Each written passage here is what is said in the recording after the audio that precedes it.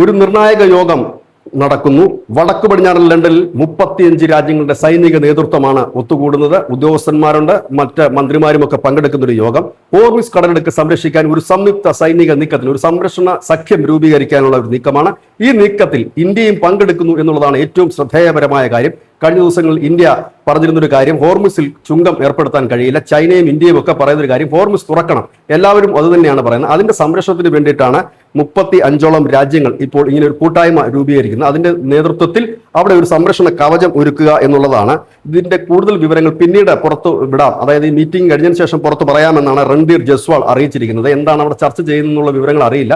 അതിനുശേഷം അത് പുറത്തു പറയാമെന്നാണ് നമ്മുടെ വിദേശകാര്യ സെക്രട്ടറി രൺധീർ ജയ്സ്വാൾ അറിയിക്കുന്നത്.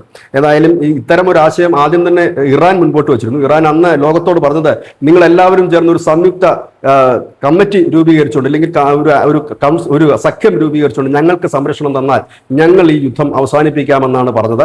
ഏതായാലും ഗസയിലൊക്കെ നമ്മൾ അത്തരത്തിലുള്ള ചില സമിതികളും മറ്റും കണ്ടു. അതിന്റെ സമാനമായ രീതിയിൽ തന്നെ ഹോർമുസ് ഇത്തരം രാജ്യങ്ങളുടെ സൈന്യം സംരക്ഷിക്കും. എല്ലാവർക്കും ഈക്വലായി തന്നെ അതിൽ കൂടെ കടന്നു പോകുന്ന ഒരു രീതിയിലേക്ക് ആയിരിക്കാം ഒരുപക്ഷെ ഇത്. ഏതായാലും ഒരു യുദ്ധത്തിന് ഈ 35 രാജ്യങ്ങളും ഒരുങ്ങി പുറപ്പെടും, ഇല്ലെങ്കിൽ ഹോർമുസ് പിടിച്ചെടുക്കും എന്നൊന്നും ഇതിൽ അർത്ഥമാക്കേണ്ടതില്ല. പകരം അതിന്റെ സംരക്ഷണം ഉറപ്പാക്കുക, ഇറാനിൽ സമ്മർദ്ദം ചെലുത്തുക. ഒരുപക്ഷെ ഇറാൻ പറഞ്ഞ ആ ഫോർമുലയിലേക്ക് തന്നെ കാര്യങ്ങൾ എത്തിയേക്കാം.